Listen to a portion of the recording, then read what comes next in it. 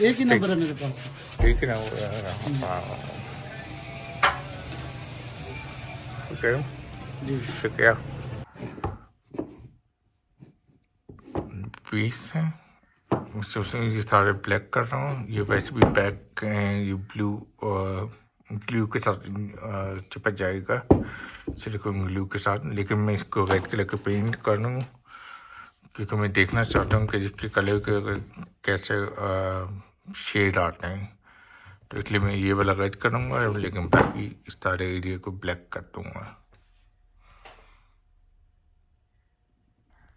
ये first coat के बाद है, शेड कुछ ऑरेंज ही सा लग रहा है मुझे।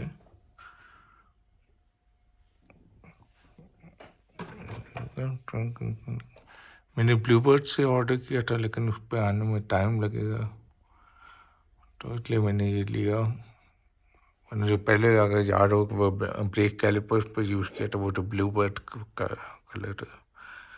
चलो देखते हैं। ये फर्स्ट कोट है, फर्स्ट कोट के बाद अप्लाई कर लेते हैं सेकंड कोट, और फिर एंड रिजल्ट देख लेते हैं।